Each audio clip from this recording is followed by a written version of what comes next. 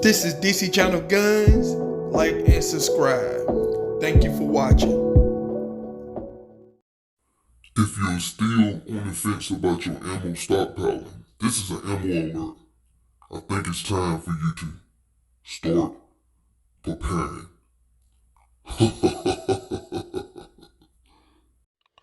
What up, this is DC Channel Guns, coming at you another gun video. Appreciate you watching, like, share, and subscribe. I want to appreciate all my subscribers. I want to appreciate all the good information. I appreciate y'all for coming to the video. Appreciate everything, all the support and love and everything that y'all do over here at DC Channel Guns. I appreciate everyone when it comes to the 2A community and everything, bringing all that good news, keeping everybody on the same page and everything. So I appreciate that. Appreciate all the subscribers. Appreciate everyone who has been going on with Gun Streamer. Follow me over there. Another place where we can keep talking about the things that we love when it comes to the Second Amendment and everything. We're going to keep that in place. And, just appreciate everything. And like I said before, when it comes to upholding the Constitution, defending the Second Amendment, it's going to take everybody, people. Everybody. None of your superstars, none of your favorite celebrities, none of your politicians, none of these people can do that. It takes us, the citizens, everybody to do that. So, with that said, when it comes to this video, I get a lot of questions, why y'all stockpiling ammunition? Why do y'all need so much ammunition? I see it all. I get a lot of these comments and stuff. People just keep sending me. And, I understand, because when I first started buying ammunition and guns and stuff, I couldn't understand either. But, I found out very quickly why a lot of these people was, buying bulk ammo, stockpiling, being prepared. First of all, you have to look at availability. You have to look at the prices going up, price of ammunition going up. There's plenty of people who have bought ammunition at prices now that you can't get them no more. Being prepared. I'm talking about, being prepared, such as, whether it's for hunting, self-defense, practice and stuff. It's a lot of things that, you can get this ammunition for and everything. I'm talking about, it's so many things out there. But the problem is now, when it comes to ammunition, I'm talking about, we're seeing multiple stages of things when it comes to this country now. I'm talking about, we're seeing a pandemic, we're seeing crisis and stuff, we're seeing a lot of distress and stuff in the country, and a lot of politicians, a lot of ammunition laws, people. And, these things here is why you want to be buying ammunition. Being prepared. I'm talking about, because once something hit, such as, ammunition limit, the availability is gone. I'm talking about, a lot of ammunition is very hard to find now. 9mm. I'm talking about, you can't find that too much. It's so much. I'm talking about, you have local retailers, because of a crisis that we're in, they're pulling ammunition off the shelves. Walmart. I'm talking about the little ammunition that they had, selling 22s and stuff, they pulled it off the shelves. I'm talking about, you have gun shops and stuff who have to pretty much secure this stuff and, sell it along with first-time buyers trying to get a farm or, the limit and stuff like that, or they're out of stock. When it comes to, online, I talked about this before. A lot of people resort to online to order the ammunition, but what had happened? They're out of stock, back order, you're waiting. I'm talking about, so it's so much when it comes to, you need to have your ammunition. But another huge thing that you have to look at, we have been talking about for a while, but we need to put more emphasis on this, is the ammunition laws in a lot of these states. And I'm looking now that I've been telling you before, because you want to have your ammunition for a whole lot of other things. You want to build your supply ammunition, because without ammunition your farm is nothing. But another reason why you want to build a supply ammunition is because some of these states coming up with these laws. Now, you have some states now who you have to have some type of card or permit or some type of license to purchase ammunition. And, with that, they're doing background checks. Now, right now, I've been seeing a huge wave of gun confiscation, because people are failing the ammunition background check. So that is starting to be a trend. And there's so many articles out there right now showing that, people who had failed the background check, then they notify the police and stuff. So then they come and they confiscate your guns and your ammunition and everything. So there's a lot of articles going around where they had done went and confiscated people farms and ammunition because of failed background checks. The same thing with farms. You fail that background check. So a lot of states putting that in place now. I'm seeing that popping up in my state. I'm hearing them talking about, if someone failed a background check, guess what? The police will be notified. So that is something that you have to look at. And that don't mean that person is a felon or a criminal. That could be anything. That could be some type of misinformation. It could be, your address, zip code. It could be a whole lot of things that cause that, to prompt up in the system. And the system is not perfect. And then you have some states charging you $1 per background check. And it adds up. And, another problem that I have with, you have states charging you to do background checks and stuff for ammunition farms.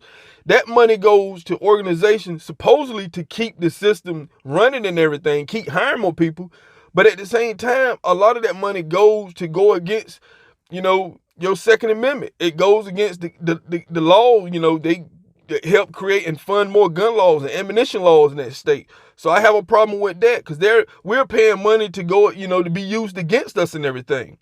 So it's so many things that you have to look at. The reason why we always stress about being prepared in the 2A community. It's not a one-way road, people. It's two ways.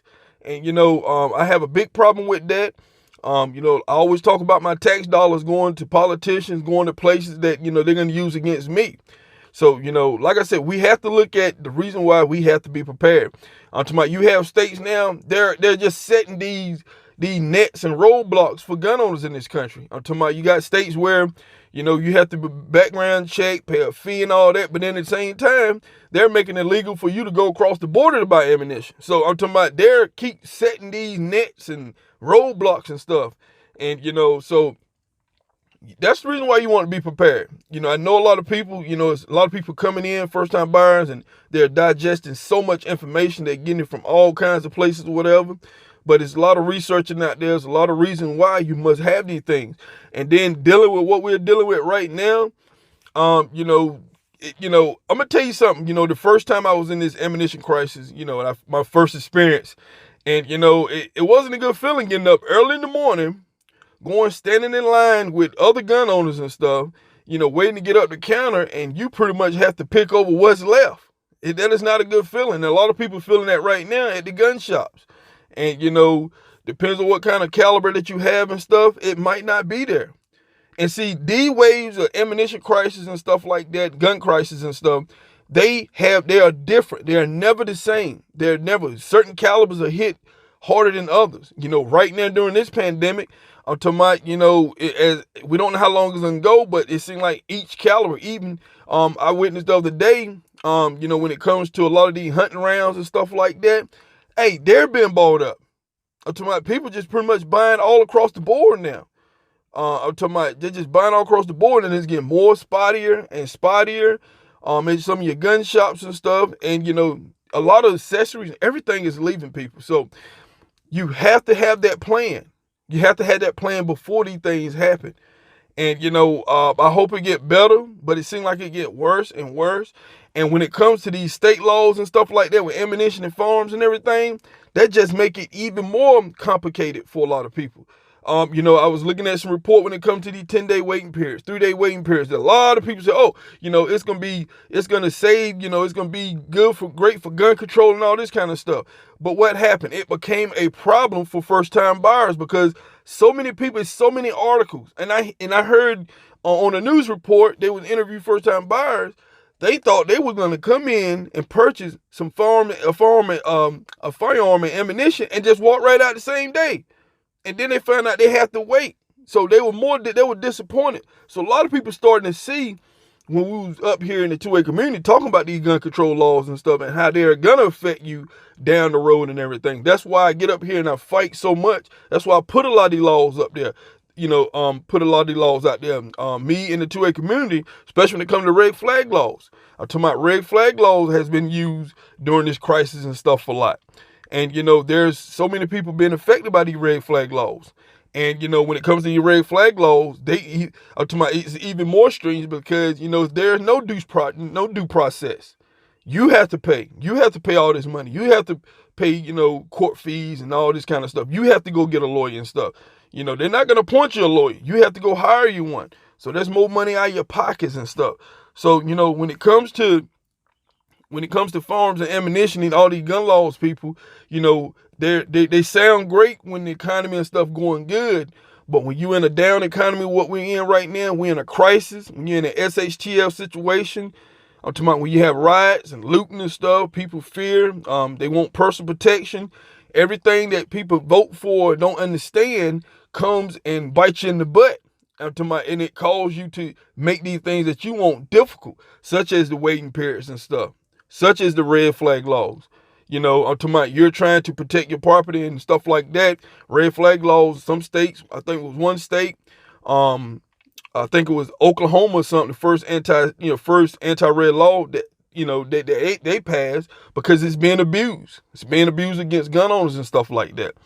But, people at the end of the day, everything that we talk about in the 2A community is for a reason. This is not for, to be, just making up stuff or, we just going overboard. It's for a reason. It's for down the road because you don't know a lot of these laws that can pop up, and you see states pretty much using these laws to ban sales of firearms and ammunition during a crisis and stuff, doing the civil disorder and everything. But like I said, it's huge. So just stay aboard with the 2A community. There's a lot of information out there. Do a lot of research and everything, and then it start to all come to you and everything. So just want to talk about that because I get a lot of questions about all this kind of stuff, and I could be out here all day and everything. So this is DC Channel Guns, and I catch you on the next one.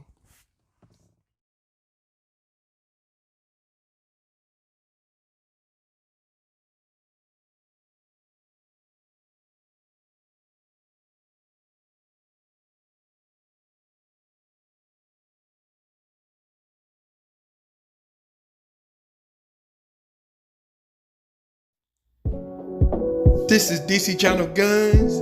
Like and subscribe. Thank you for watching.